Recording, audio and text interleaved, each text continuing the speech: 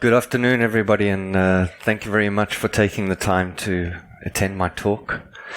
I've titled my presentation, "This is not a game," and it's about what data tells us about whether or not we're doing our jobs. And by we, in this case, I mean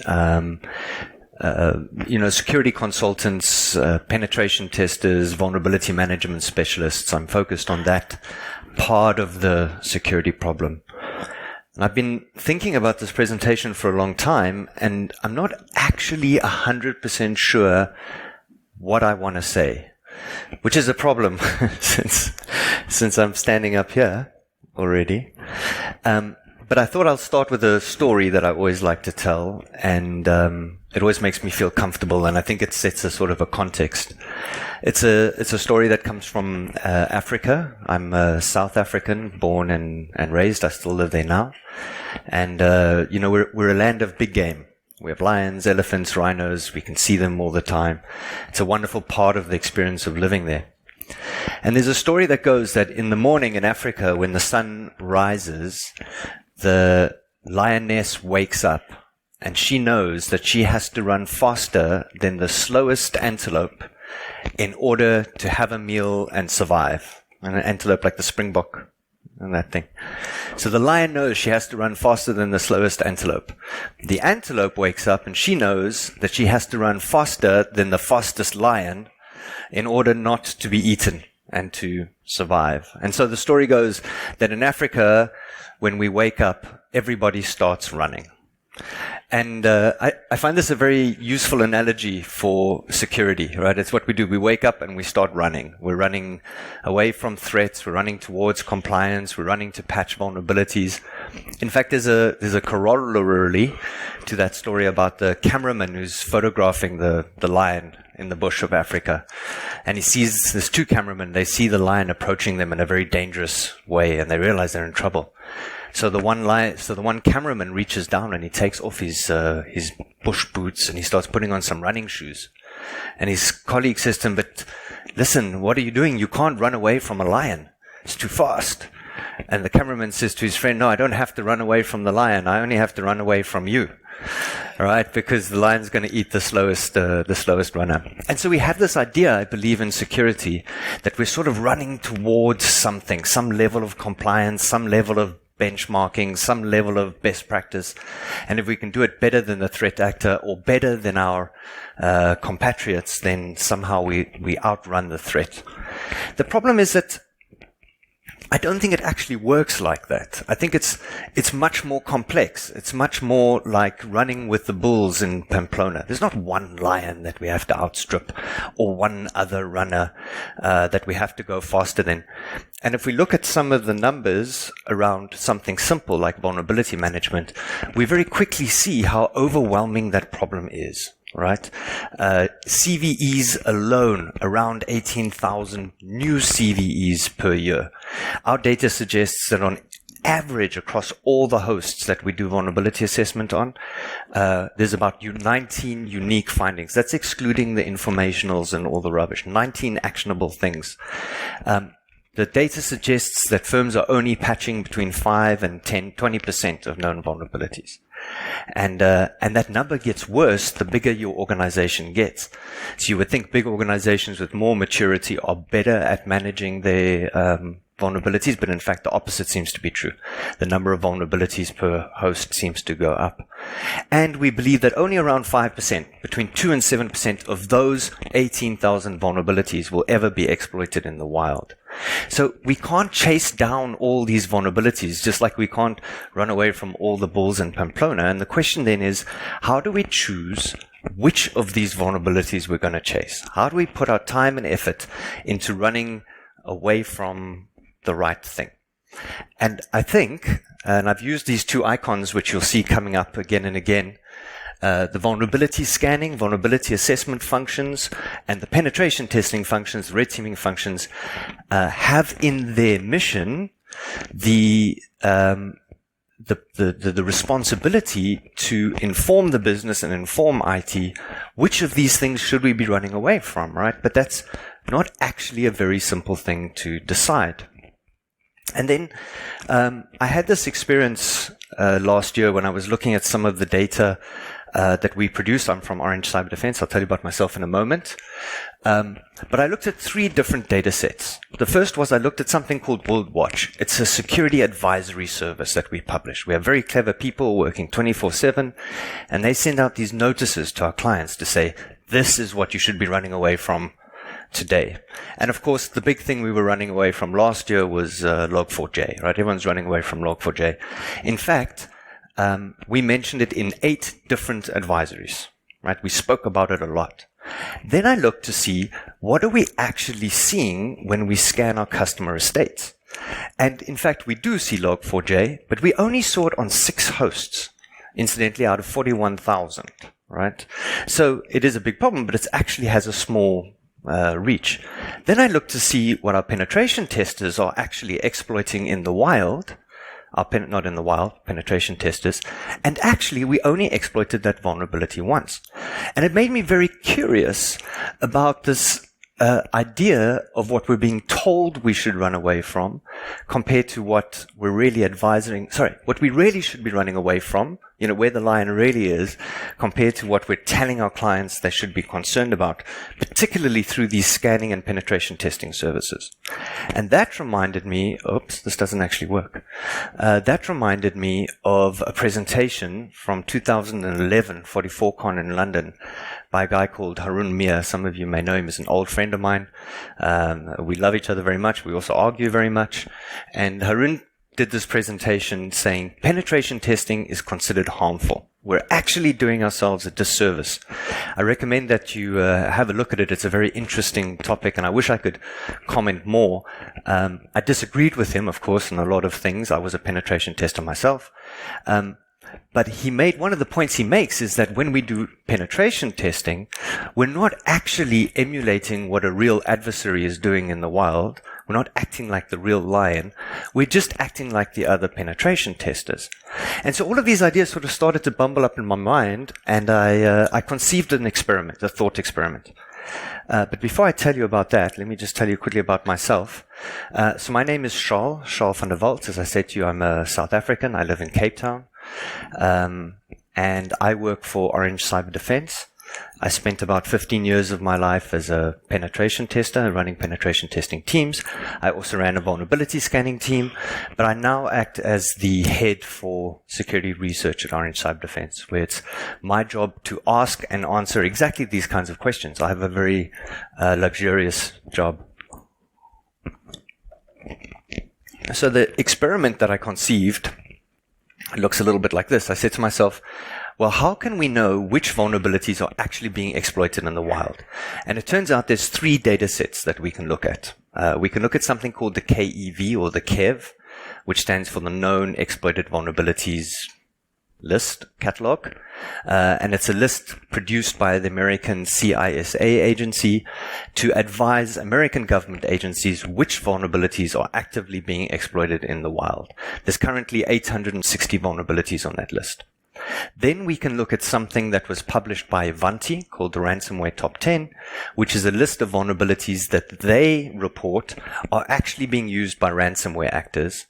And then finally, we can look at the EPSS, the Exploit Prediction Scoring System, which is a project of the FIRST organization which attempts to predict, and apparently does so with some accuracy, which vulnerabilities are actually being exploited in the wild. Right? So we have a reasonably good data set about, what we're being told is actually happening out there. Then I can look at our scanning data and try and determine which of these vulnerabilities actually exist on our customers' estates, right? So is there a match between what's being exploited in the wild and what our customers are likely to be vulnerable to? And then finally, I can look at the penetration testing data and try and determine, are we as penetration testers, when we're emulating adversaries in the wild, are we actually exploiting these vulnerabilities and reporting them to our customers? I'm going to check my time because I'm probably going to take much too long. Right. So I want to give you some background to this data. It's part of my story because I think it was quite an interesting exercise for us. The first data set that I have is from our vulnerability scanning services. So we offer, like many businesses, a managed vulnerability scanning service. We use a platform called called Nucleus is a kind of vulnerability aggregator. So it doesn't matter what scanner we're using. We can kind of normalize these findings, collect them all in one place, and then collect information about them. So what we did is as follows. We have various scanners. Qualys, Rapid7, there are actually a few others, but those are the dominant ones. The findings from those scanners get aggregated into Nucleus, and then what we do is the operational team, so the scanning team, we call them the VOC, Vulnerability Operating Center. They anonymize the customer, right? So they mask the customer name, the business unit, IP addresses, anything that we might be able to identify from the customer.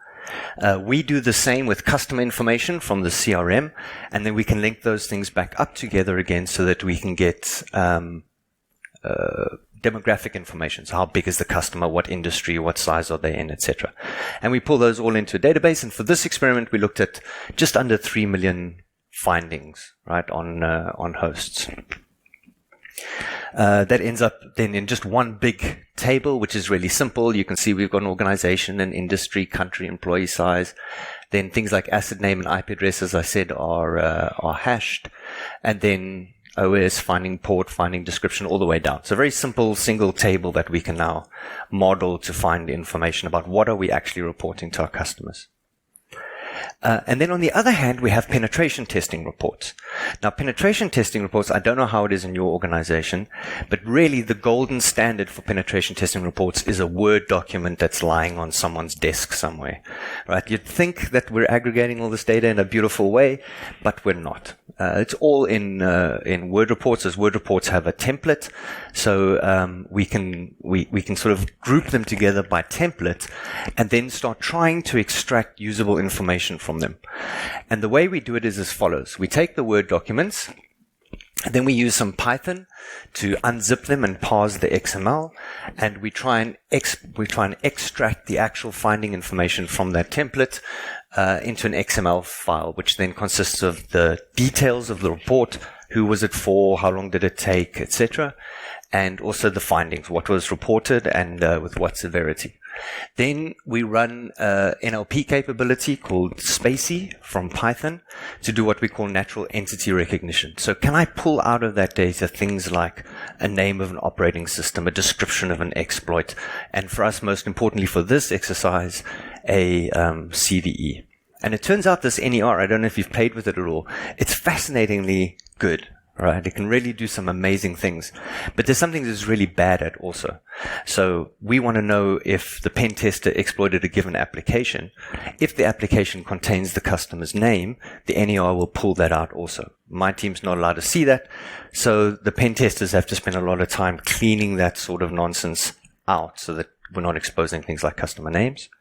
And then we do the same trick where we hash the customer name on one hand, we hash it out of the CRM on the other, and we can pull that into a database.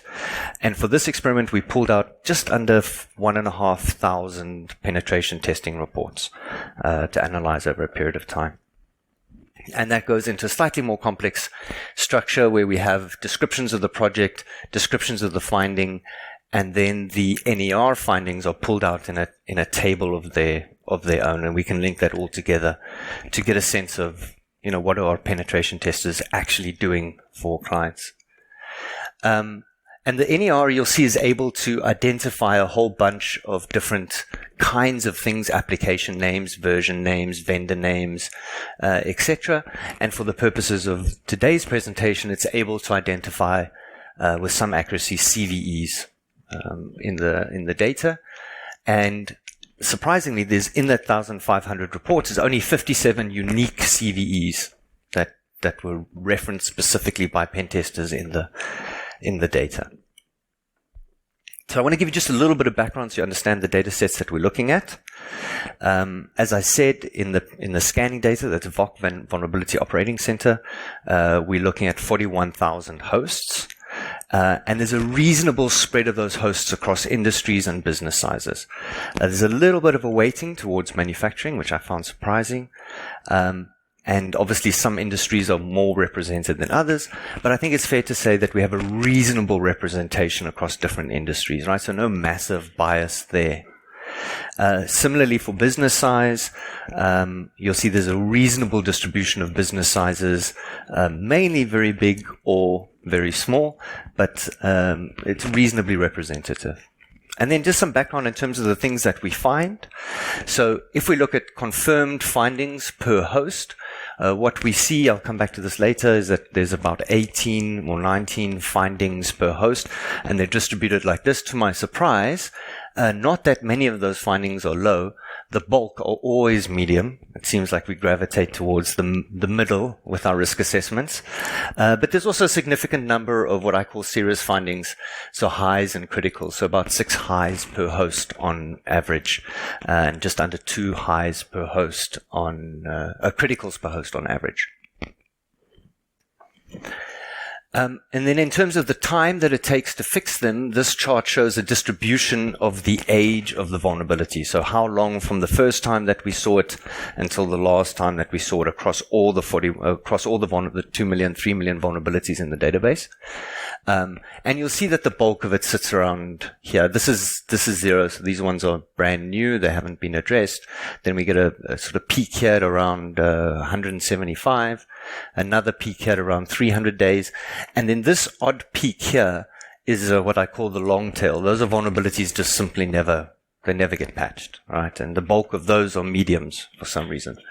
But what we see is that about 28% of the vulnerabilities get addressed in under 30 days. About 72% take between 30 and days or more, 52% in more than 90 days, and on average it's 215 days to remediate a vulnerability. Now, bear in mind, these are clients who are paying us to perform a vulnerability management service for them, so that you can assume a certain level of maturity. But still, that's how long it's taking us to deal with vulnerabilities. Now, you would think that critical vulnerabilities get more attention, and that turns out to be true. They do get about 35% more attention. So they're resolved about 35% quicker than low vulnerabilities, you can see over there. But that's still over 6 months on average for a critical vulnerability to be resolved by someone who's paying us to tell them about that vulnerability. So it's all kind of slightly disconcerting information, I think. If we look at the penetration testing data, of course, here I can't look at time to fix because we don't have the same rapidity, and I can't look at findings per host.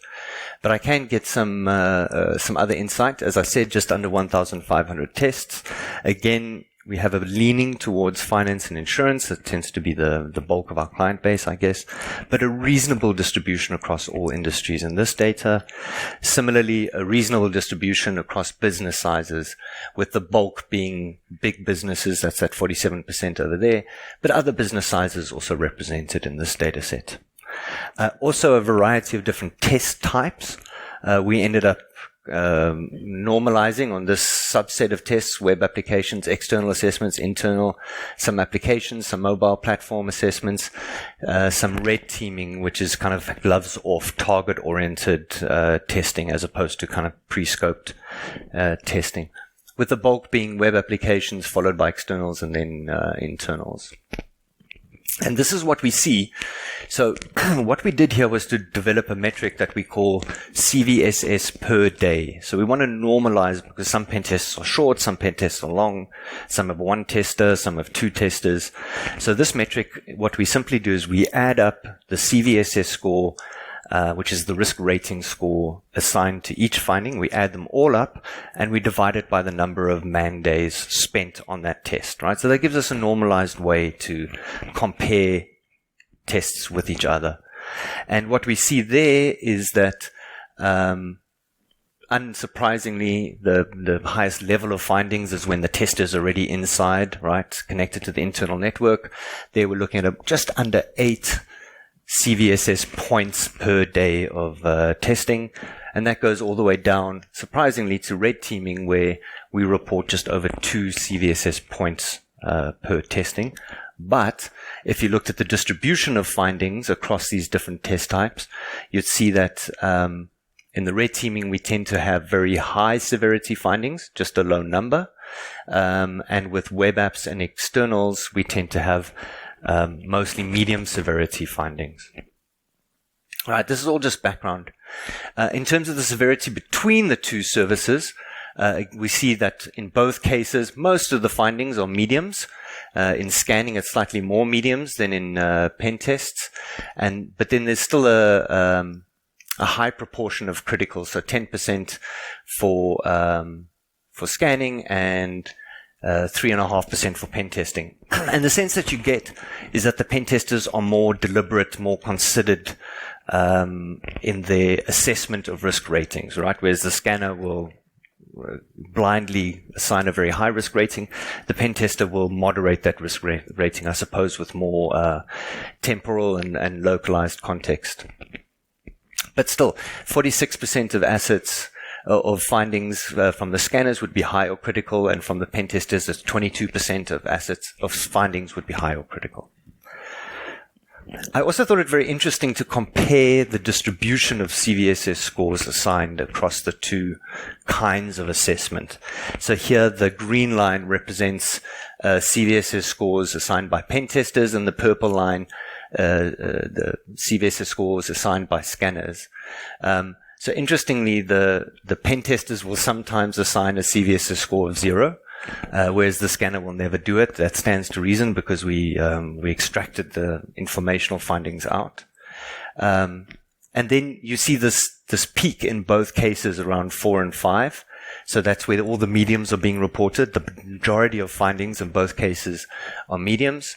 But the pen testers are reporting more mediums than the scanners. And then towards the end here, you see the pen testers very seldom actually report high criticality findings. As I said, I think there's more consideration, more thought goes into the severity assigned to a finding, whereas the scanner keeps going up at the end. But in the end, the shapes are actually very similar if you look at them. It seems like there's a similar distribution of risk ratings across findings for both types of services, one produced by a scanner and one produced manually by a tester. Also thought it interesting to look at the age of the vulnerabilities. So this is not how long it took to patch, but how long the vulnerabilities actually been known about. And I found this pretty staggering. So you'll see there's a significant number of vulnerabilities over here that are over 5 years old, reported by both the scanners and the pen testers. And I find that extraordinary that somebody pays a pen tester to come in and test, and they have vulnerabilities on their systems that have existed since 2015, 2010 even. So 47% of the CVEs reported across both services are more than 5 years old, and about 0.5% are more than 20 years old. Unfortunately, we're not seeing pen testers reporting those, but the vulnerability scanner is reporting vulnerabilities dating all the way back to 1999. Which also gives you cause to think a little bit about what we're really doing. All right, but I want to get to the main question. The main question is, are we reporting vulnerabilities that are actually being exploited in the wild? And the first data set that I mentioned to you is that we can look at this Ivanti ransomware top 10 data set. So this is a report that's published by CSW, Securin, Cyware, and Ivanti. And it gives an analysis of vulnerabilities that are actually used by ransomware threat actors in the wild. Now, they don't disclose how they get those vulnerabilities, so this data set is a little bit difficult for me to make sense of, but they publish a top 10 most exploited vulnerabilities used by ransomware threat actors. And the question would be, are we seeing those vulnerabilities amongst our clients? So what you're going to see now is I'm going to repeatedly show you two graphs. I'm going to show you vulnerabilities across a percentage of our clients. So at what proportion of our clients are we seeing this vulnerability? And then at a proportion of our assets. So you're talking kind of breadth and depth, I guess, is going to be the two charts. So we see that of the ransomware top 10, we only ever see half of the top 10 ransomware most exploited vulnerabilities, right? The other 5 never appear anywhere in our data. The one we see the most, at just under 18%, at 17% of our clients actually, is Log4j, right? So Log4j appears at about 17% of our clients where we do scanning. And then it goes down from there. And then, of course, if you look at the distribution across assets, that's going to look different. Log4j doesn't appear on a lot of assets, right? It's not hugely deployed on our customer estates, but it is deployed at a lot of customers. Just out of interest, what those vulnerabilities are. I'm not a pen tester anymore, so I'm a little uncomfortable with all these CVE numbers. I'm looking at the percentages really. But that one, not Log4j, is a Microsoft Office remote code execution vulnerability. So that's the sort of thing you would exploit using a phishing attack or a water holing attack, right? It's not something you would exploit over the network. And that one, which is the most commonly seen across the assets, is an Internet Explorer memory corruption vulnerability. So also something that you would need a client-side exploit for, right? Not something you're going to exploit over the network. Now, of those 5 vulnerabilities, how many did we report in our penetration tests? And the answer is exactly 1. So exactly 1 of those ransomware top 10 was exploited by a pen tester over about a 4-year period in that 1,500 pen tests that we looked at, and that was Log4j. Log4j was exploited exactly once in 1 test. The next data set we can look at is the KEV, the known exploited vulnerabilities, as I said, published by CISA. They also have their own internal processes. We don't know how they decide to add something to this list. But at the time that we did this work, there were about 860 vulnerabilities that were published on the KEV by CISA and are mandatory for US government agencies to patch, right? There's a drive down obligation on those agencies to patch these 860 vulnerabilities. Now, this is obviously a much bigger data set than the 10 ransomware top 10, so we would expect to see them more. And indeed we do. This is kind of how it looks if I look at a distribution of those KEV vulnerabilities across a distribution of our customers, right? So we have to think of 2 proportions over here. I'll try and explain it to you from here. So 52% of the KEV, just over half of those 860 vulnerabilities, are never seen anywhere at any client. Right? 42,000 assets. We don't see half of the KEV anywhere. And then it drops down. We see about 6.5% of the KEV at 2% of our clients, 5% of the KEV at 5% of our clients. And then there's this peak over here where we see about 14% of the KEV at about 15% of our clients. And those are mostly Microsoft desktop vulnerabilities. So it's to be expected, right? It's a very, very commonly deployed software, very widely in use, also being exploited in the wild, and we are seeing it at about 15% of our clients. And then the number drops down, and that there's some vulnerability, basically probably 1 vulnerability in the KEV that's seen at about 44% of our customers. We'll look at what that is now. If we look at what those vulnerabilities actually are, you'll see I just took the top 10 here, by the way, or the top 20, I can't remember. It's not all of them. The list is much longer, obviously. But there we see Log4j again in the top of the list there in terms of the number of clients that are impacted by it. And if we look at the most commonly reported vulnerability, it's a Apache mod proxy vulnerability that allows unauthorized redirect into an internal network. So not a remote code execution, but something that would allow you to bypass a firewall or something, for example. In terms of distribution on assets, this one is a vulnerability in Next.js that allows for a redirect from an untrusted domain and from a trusted domain to an untrusted domain.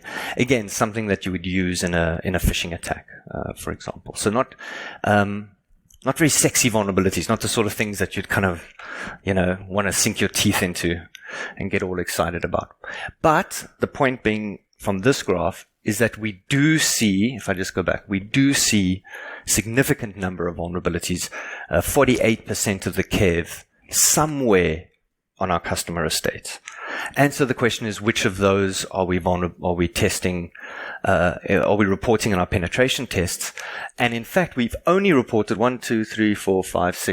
7 of those 860 vulnerabilities in penetration tests at our clients. So a massive, if you like, disconnect from the 860 down to just 7. One of which, again, is, of course, Log4j.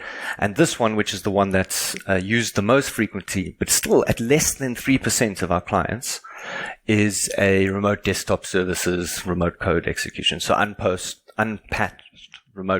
Microsoft Remote Desktop, probably exposed onto the internet, is being used to access the customer network by penetration testers. And then finally, we can take a look at this EPSS model. And just out of interest, can I check how many people have engaged with EPSS as a scoring system? One. Really? Are you guys being honest? Is it like a French thing? You don't... And it's not highly confidential, I don't think, if you are. I'm surprised at how little we talk about this. So EPSS is a project by the FIRST organization. It's an open source, not an open source, but a free public benefit project that seeks to use machine learning to predict whether a given CVE will be exploited in the wild. And in the latest version of EPSS, which is now version 3, they've got a big cloud-based machine that does all the modeling. They look at about 1,400 and something different variables to make a prediction as to whether a given vulnerability is going to be exploited in the wild somewhere within the next 30 days. And their results are really quite astounding. They predict, their predictions are almost perfect, right? Straight up the line. They've published a very nice white paper on how they do it.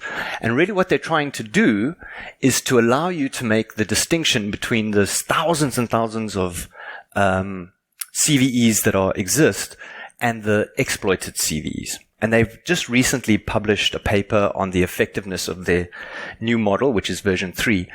And basically what they're looking at is how much effort, in this comparison, how much effort would it take us to patch 82% of all exploited vulnerabilities, right? So if we wanted a coverage of 82%, how much work would we have to do if we used CVSS as a guide or if we used EPSS as a guide? And if you're using CVSS as a guide and you want to cover 82% of all exploited vulnerabilities, then you would need to patch everything with a CVSS score of 7 or above, which means patching 58%, half of all published CVEs ever would have to be patched in your organization to deal with just 82% of the vulnerabilities that are actually being exploited in the wild, which means an efficiency of 3.9%. So only 4 out of every 100 vulnerabilities that you patch would ever actually run the risk of being exploited in the wild. EPSS version 3, on the other hand, at a threshold of above 0.88, which is a very low threshold, you would only have to patch 7.3% of all vulnerabilities to get to 80% of all exploited vulnerabilities, and that gives you an efficiency of 45%. Right? So it's a much more efficient, much more accurate way of predicting what's actually being exploited in the wild. So we draw a report of all EPSS rated vulnerabilities with a prediction score of higher than 0.03. Now, the reason we chose that is because in their own analysis, they say you could get you can get perfect coverage or optimal coverage from a efficiency score of 0.036. Right, so we went a little further than that and we said, let's take 0.03, and we drew all the vulnerabilities that reached that rating level for the period that we also have scanning data. Right, so we could see how many of these do we find in our scans. And indeed, we do find them. Again, 95% of those EPSS rated vulnerabilities, there's about 155 vulnerabilities that meet that threshold for the period that we're looking at. 95% of them don't occur at any of our clients. But about 5% of them do. And this kind of shows the distribution, right? So 20% of those CVEs appear at 0.37% of our clients. Doesn't really matter. The point is we mostly don't see them, but we do see some of them. So everything under the curve over here are vulnerabilities with a very high probability of being exploited. Extremely high probability of being exploited that are being reported at our customers on our customers' estates, right? We know that they're there. And the question, of course, then going back to my original thesis is, well, how many of these are our pen testers actually reporting to our clients? Sorry, these are the ones that they are. So there's an open SSL DDoS, which is kind of really odd. And then there's this Windows 10 HTTP server exploit. Those are the ones that we're seeing on our customers' estates. But as I said, the question really for us is how many of them are our pen testers reporting? And the answer is an astounding 0. We couldn't find one of those vulnerabilities in a single pen test report that we gave to our clients. Now, I'm not saying that's right or wrong, or good or bad. I'm not a pen tester anymore. I'm a researcher, but I did find it quite astounding, and I thought it would be worth having a conversation with the security community to ask, does this make sense? If we're not reporting these vulnerabilities to our clients in pen tests, then, are we telling them the right thing? I want to point out something else that occurred to me when I was looking at this data, which also sparks debate. So one of the things that we did was to look at how much are we reporting to clients per day over time, right? Now these graphs get a little bit sticky, but basically when we went back as far as 2018, you'll see that the average CVSS reported per day, so a sense of how much are we saying to the client, in 2018, in the first quarter of 2018, was 5.5. By the time we get to the first quarter or the third quarter of 2022, that's when our data collection stopped, we're only reporting, just over 4.5, just over 4. So there's this dramatic increase in the volume of things that we're saying to our customers. In fact, if I were to show you this graph for only new customers, so this includes businesses that are coming back again and again and again. If I only looked at businesses that came to us for the first time, you would see a 50% decrease in the volume and severity of findings that we're reporting to our clients. There's another perspective that we can use to look at the same data. And I just wanted to draw your attention to this drop, before I forget. So this is at the peak of the COVID lockdowns, right? I'm going to just draw your attention to this because we're going to come back to that in a moment. But this is another perspective on the same question where we look at the ratio between serious and not serious findings in a report. So in 2018, in fact, here in Q4 of 2018, 71% of the findings in a penetration test on average would have been serious, high or critical findings. By the time we get to Q1 in 2022, it's only 33%. So we've gone from 3/4 of the findings being serious to only 1/3 of the findings being serious over a 4-year period. And this question of why these numbers are going down like this makes me very curious. Why would it be? So another perspective we took, and again, there's that dip, by the way, there's the Q1 or Q2 of 2022 where it reached its absolute lowest. So one of the explanations might be that as customers are coming back over and over, the number of findings we're reporting is getting less and less. And in fact, that does seem to be the case. So for customers who only test with us once, we're reporting 4.7 CVE points, not CVE, CVSS points per day. For customers who come to us more than 10 times, it's like 4.6. So there's a line downwards. What's odd is this jump over here. So I said more than one, but basically this means 2, because more than 1, but not more than 2 is 2. So I don't know why I made it so complicated, but it's 2. So this is 2. When they do 2, we have the highest number of findings. And the conclusion we reached is because normally when a customer does exactly 2 tests with our teams, they're doing 1 internal and 1 external once. So basically, this is almost an anomalous situation where it's like a once-off for compliance. The customer comes in for like a 1-2. It's like a mani and a pedi. You get your feet and your nails done. It's that, but you only do it once. So that's where that very high number comes in. But then it sort of drops down from there the more tests the customers do.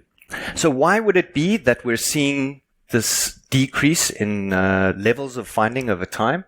Well, the one theory could be that security is just getting better. Maybe between 2018 and 2022, our clients have become better at securing their systems.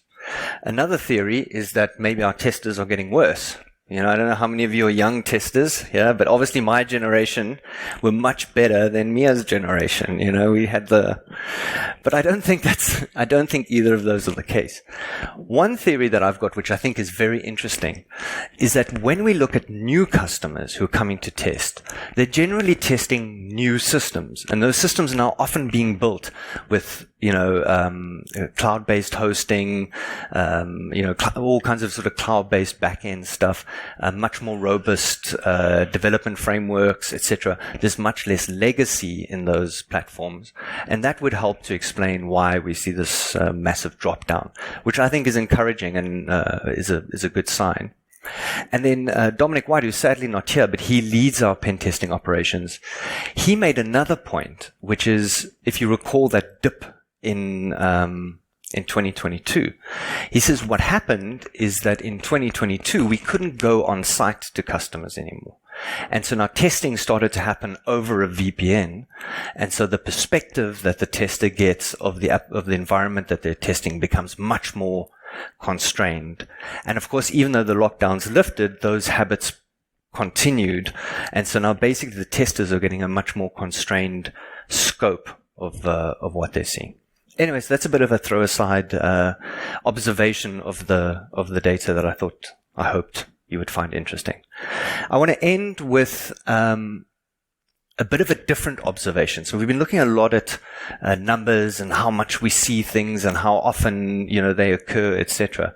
But of course, what people have been talking about a lot, and I'm sure you have also, is this recent LastPass compromise. And I don't know about you, but I've been working very hard to try and understand exactly how that compromise happened. Thank you. And I haven't fully got my head around it. But of course, they were hacked purportedly for the first time in like August of last year, and then for the last time in March of this year. And it turns out that it's actually a series of 3 interrelated compromises, right? So we know that in the beginning they compromised some development environment using compromised endpoints, which allowed them to bypass MFA, and now they're drifting around in a development environment somewhere. LastPass catches them and throws them out, and the report they give us is no damage done. A little bit of customer data perhaps leaked out, but it's all in vaults, it's all encrypted, everyone is safe.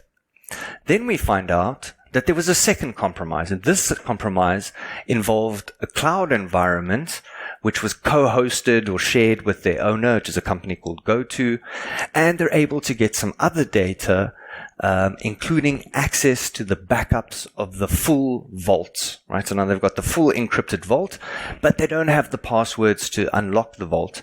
And so just a few weeks ago, we get the report that they somehow managed to find a developer's home network, somehow identified a Plex server that the developer was running that had a vulnerability on it that they were able to exploit, and then somehow from there ran a keylogger on a machine that he was using to log into the vault, and then used that password from the vault to decrypt the passwords from stage 1 and stage 2, and now it's a disaster. All right, now it's a big thing.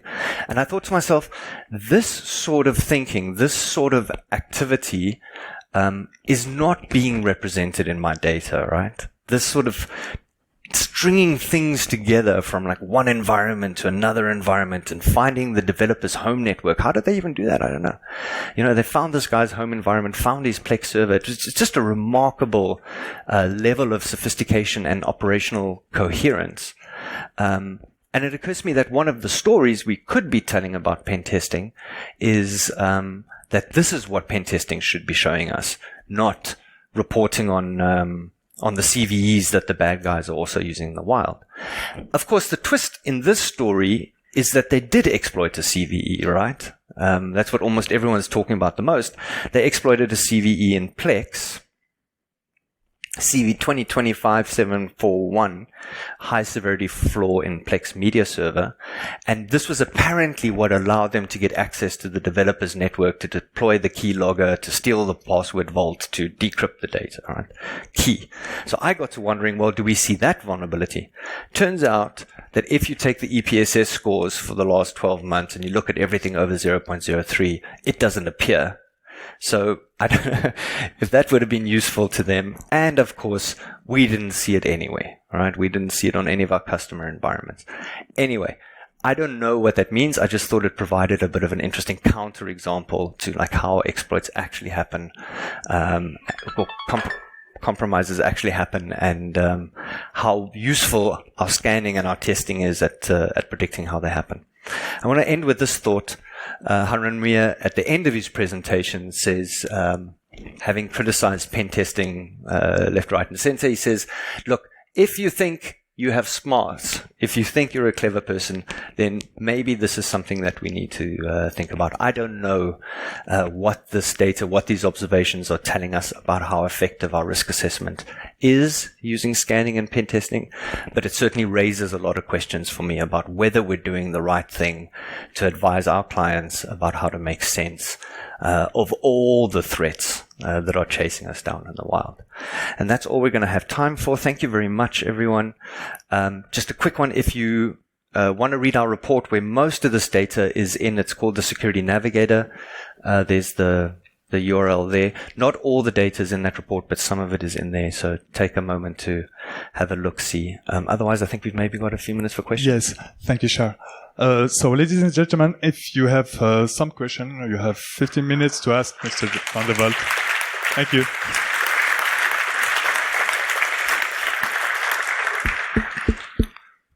Please, somebody ask a question. Oh, there's one.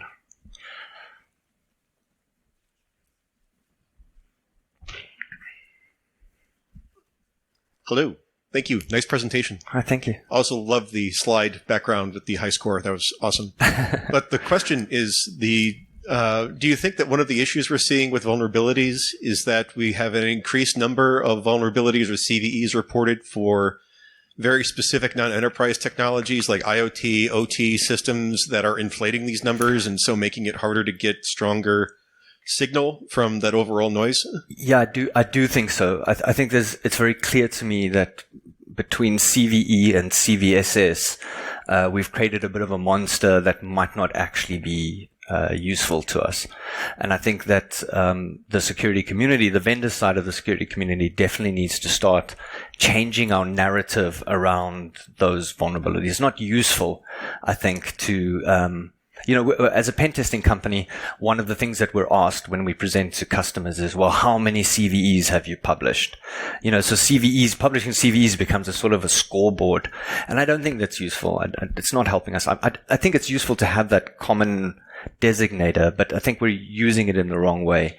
And it seems also clear to me that the CVSS score, for all its good intent, is not actually adding a lot of value. Certainly when it's statically ascribed or to a single vulnerability. I do think so. One more question. Oh, there's another one. Yeah, inspiring talk. Thanks. Thank you. I wanted to follow up. I thought the part of the different industries is really interesting. And I wanted to ask was there some indication that some industries which are maybe like denoted to be slower adopting new stacks, be less tech savvy, that they kind of perform worse in terms of your terminology of CVSS points per day? Yeah, there is. Let me see. I might actually even have the data. This is one of these slides. There you go. That's what it looks like across the industries we have in our data set. Now, it's not a perfect representation. The blue line shows the total number of days that we spend testing in that industry, right? So it gives you a sense of how many customers, how much effort we put into that industry. And the green line shows the CVSS per day. Now, I think the ones with very low blue lines we can ignore because they're probably anomalous. So I think you can ignore retail. You can ignore real estate. That's obviously a very small data set, so I wouldn't worry about that too much. But you can see, for example, as one would expect in finance and insurance, the number is much lower than in something like, there you go, in professional and scientific services, where we see a higher number. So there is a variance. I can send you this data. In fact, I think we published this data in the report also. But I don't think that my data set is big enough to really draw conclusions about whether some industries perform better than others. I'll share another anecdote. One of the things that my team has been very interested in understanding is that we see, in terms of exploits in the compromises in the wild, we see a very high number of compromises in the wild at manufacturing businesses. So businesses that are NAICS classified as manufacturing. And we're trying to understand why that is. And so we compared the manufacturing industry to all other industries in terms of how long does it take them to patch, how many vulnerabilities per host, CVSS per day, all of those things to see if they stand out. And actually they don't. I was very disappointed as a researcher. I had all this data and I thought I was going to be able to explain why we see so many exploits or compromises in one industry compared to other industries. But the answer to that question doesn't seem to be in how long it takes them to patch or how many vulnerabilities they have per host. I don't know if that answers your question. There's one more there, I think, in the middle. Thanks a lot. My question is, in my experience for pentest, a lot of the things that you see are, I would say, maybe 40%, in my case, are actually not really related to CVEs, but more business logic flaws and implementation flaws, or credential management, clear text. Yeah.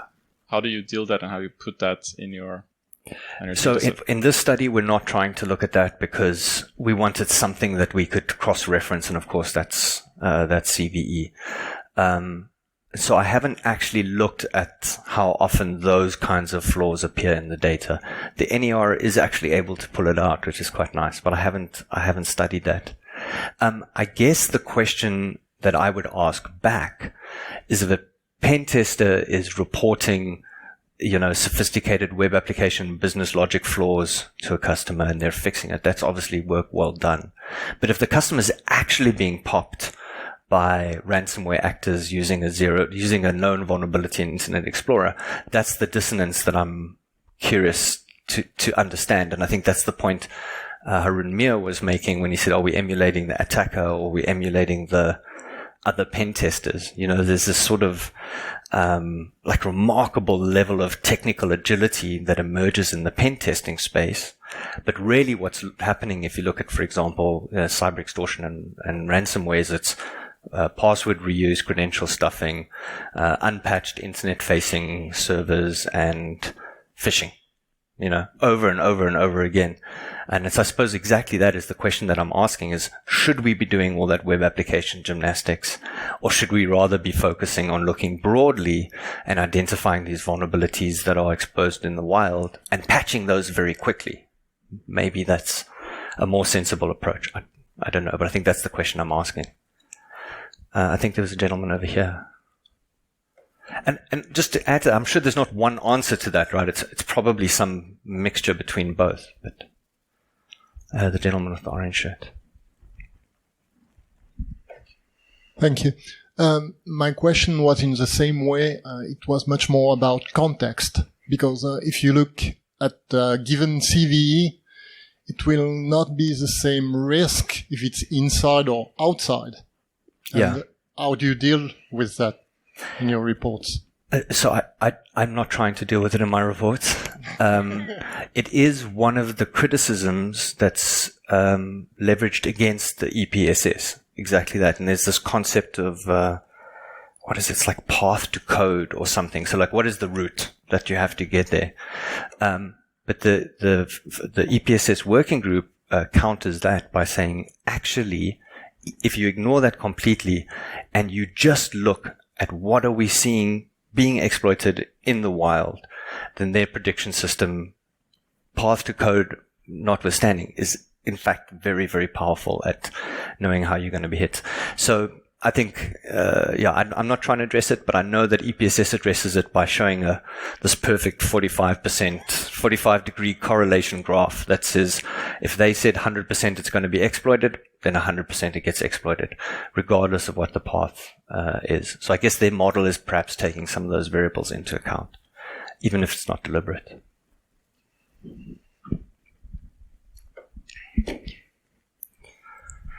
Okay, I guess that's all we have time for. Thank you very much for your attention.